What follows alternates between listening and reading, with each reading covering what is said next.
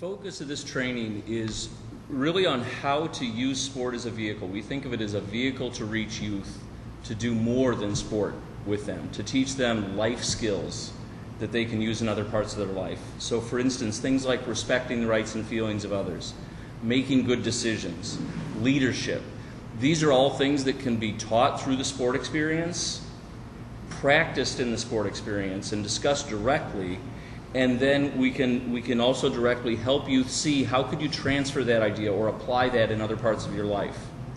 So a young person that might be struggling in school with discipline, but has learned how to develop discipline and persistence and effort on the court, how can the coach help them see and make those connections so that this can not just enhance their sport experience and make them a better player, but how can it help them in other parts of their life and in the future?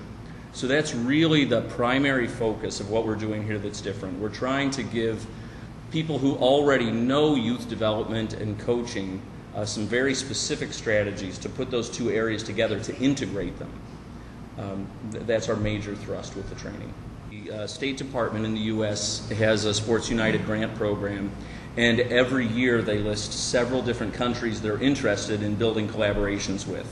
So when I was ready to write this proposal, Belize was one of 8 to 12 countries that were listed as potential partners.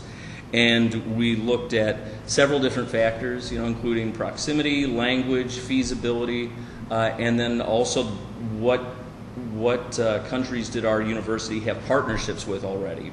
And it turned out that our university had an ongoing relationship with the University of Belize. And so we had some connections to build from and some relationships to build from.